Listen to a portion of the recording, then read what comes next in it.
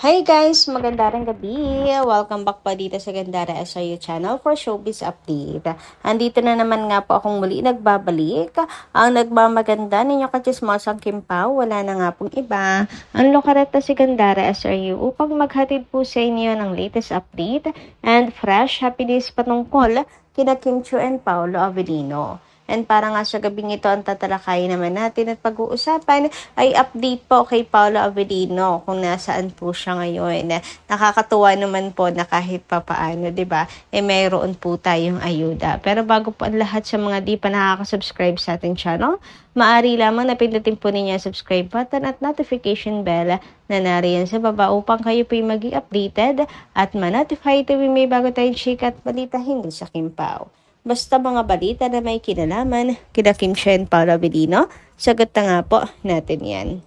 And narito rin po pala ang ilang mga comments na napili natin basahin tonight. Pinampasasalamat sa walang samang pagsuporta at pagtutok na atin pong mga ka-KP sa atin pong daily updates upang mabigyan na rin po ng tinig ang mga opinion and reaction ng mga fans sa mga nakaganap at nangyayari ngayon kina Kim and Paolo. And ang first commenter nga natin para sa gabing ito, nais ko pong i-shoutout at pasalamatan si Miss Day Magiyat. Shoutout po Miss Day. Sabi niya, good AM Gandara. Ang mga bashers matalinong gumawa ng mga issue. Nakakatawa. Sila na ngayon ang gumagawa ng mga balitang tinatahi-tahi na lang nila. Pag may nakitang mga post nila Kim and Paolo na hindi magkasama, ayan, gagawa na nila ng kwentong kung bakit hindi magkasama. Katulad ng may post na nakaya po si Paolo kay Nadine na gawan agad ng kung ano daw.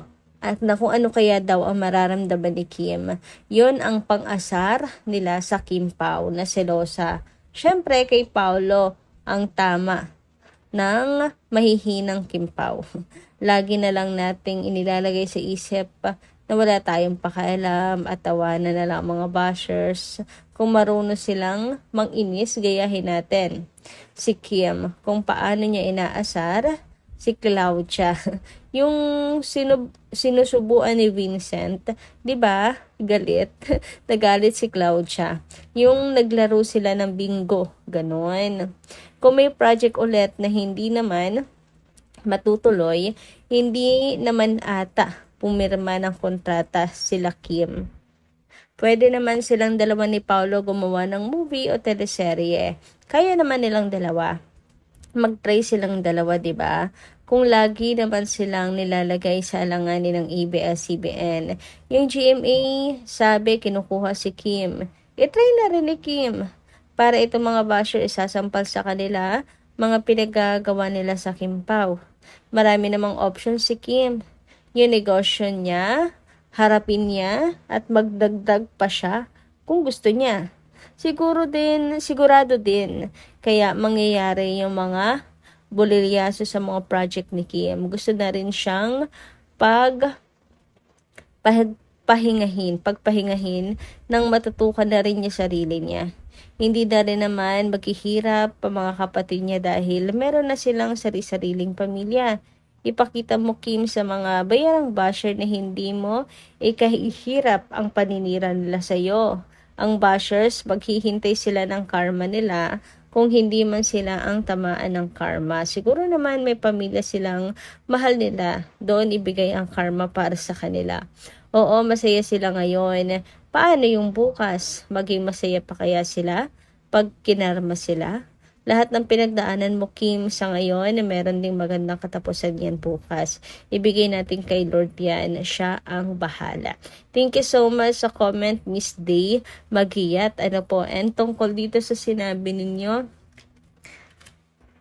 nagayahin natin yung style ni Stella na nambibisit kasi 'di ba si Claudia nga. Gayahin po natin 'yon sa halip na magpatalo sa mga bashers na iniinis ang Kim Paulandia, why not ibalik natin yung inis po sa kanila, 'di ba? Mas lalo po natin silang inisin at galitin. tama rin po kayo dyan kasi minsan sa pagdededma po natin, hinahayaan lang po natin silang humalakhak, 'di ba? Anyway, tungkol naman sa sinabi po ninyo na kinukuha po ng GMA si Kim, I don't think magandang option na or magandang choice na kagati ni Kimi at i-try niya.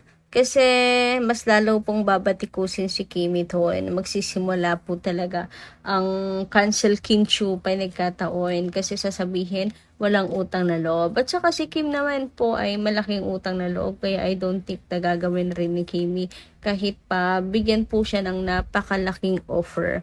Hindi naman siya mukhang pera. Yung pagiging ano lang po talaga ni Kim sa trabaho, sub-sob, yun ay dahil passion niya yung ginagawa po niya. Mahal niya ang pag-arte. Yun, hindi dahil sa mukha po siyang pera. Anyway, dumako naman po tayo sa next commentary natin para sa gabing ito. Shoutout po kay Miss Kitty Bells. Sabi niya, tama ka Gandara. Lahat ng sagot mo ay positive talaga. Mag-antay tayo, wag pangunahan ang desisyon ng management. Dapat supportan tayo sa Kim Pao. Wag mga nega inaatupag. Excited na ako sa pagbabalik Pinas ng Kim Pao. Konting araw na lang. Nakakamiss sila. Kaya nga po, sobrang nakakamiss si Kim and Paolo. Pero pagbalik din po naman nila dito, dire naman po siguro magtatagal. Ayun na nga at aalis po ulit sila para naman sa Kim Post World Tour. Pero at least, 'di ba, pagka-uwi po nila at pag nasilayan po natin ang Kim Pao, tuloy-tuloy na. Sunod-sunod na po. Wala nang wala na makakasingit pa. Panahon na po ng Kim Pao. Ito yung naantay ko po mga kakipi, bumalik na po ulit yung pagiging active ng Kim Pao Lancia. Sobra kasi nagpapamiss sila Kim and Paolo together. Tagal na rin ano, isipin nyo rin yun. Nakapag-antay po tayo at kinakaya natin na nawalang ayuda. Kung sa bagay kasi pag iniisip pa lang ng mga Kim Pao fans na magkasama sila, okay na rin po sila no? Kahit wala pong ayuda. Anyway, dumako naman tayo ngayon sa comment po ni Miss Milon Chatalian. Sabi niya, long before, wala pa Kim Pao, bago pa si Kim sa showbiz, it was prophesied that Kim will be married to a man with the same ugali. Non-showbiz daw, but belong to a family of showbiz. Non-showbiz, baka naman nagkaroon lang ng glitch. Nagkaroon ng glitch sa sa hula. Baka po lang, nagkamali lang sa part na yon. Talagang showbiz. Ni Paolo Avellino. Hoy!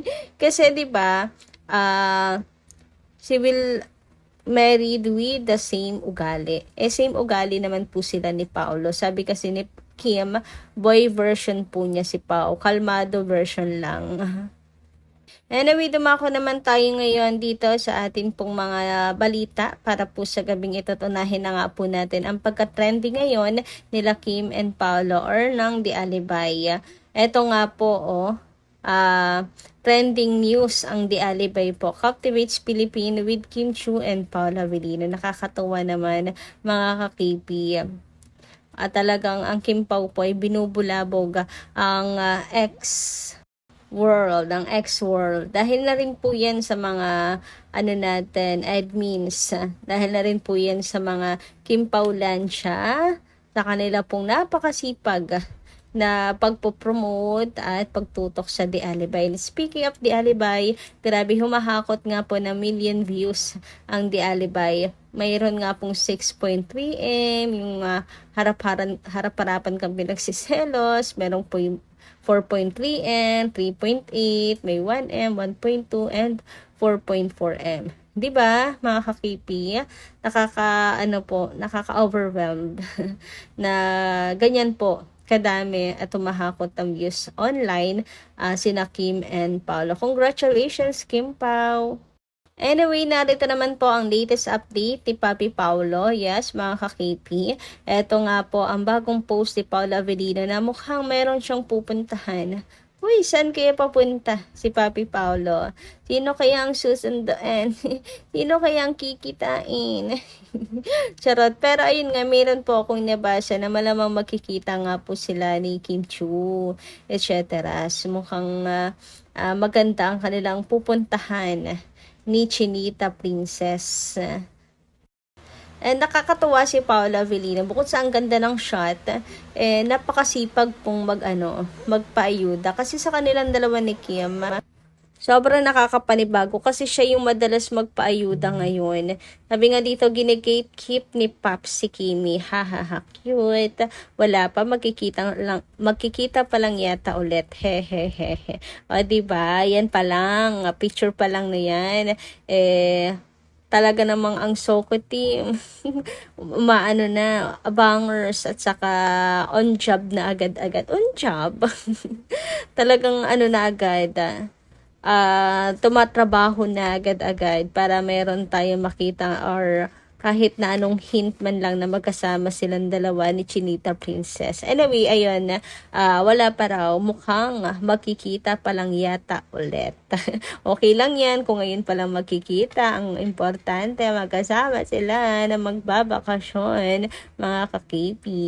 Anyway, ayun nga, babalik tayo sa pinag-uusapan natin kanina na sa kanilang dalawa ni Kim, nakakapanibago na si Pao yung madalas mong mag-post, madalas magparamdam, madalas magbigay ng ayuda. Si Kim kasi talagang walang bakas na iniiwan. 'Di ba nakakapanibago? Sabi nga dito, naku Kim, paramdam ka naman kahit poste lang oh. Kimi, post ka naman real time kahit poste lang. Nagmamakaawa na Kim, wakat mahabang sa Kim Paulandia, uhaw na kami. Charot. Anyway, sabi nga dito, oo nga, miss ko na siya sobra. Hindi sanay na wala siyang update. Hindi siya magpo-post, masoko daw, malaman saan siya ngayon. Talagang mangyayari yan. Masusoko kung nasaan siya. Ayan, magkakaalaman. Charot. Anyway, hanggang dito lang muna ating update. Maraming salamat po guys sa inyong pakikinig. Kita kasi po muli sa mga susunod natin, chika. Maraming salamat at ingat po kayo palagi.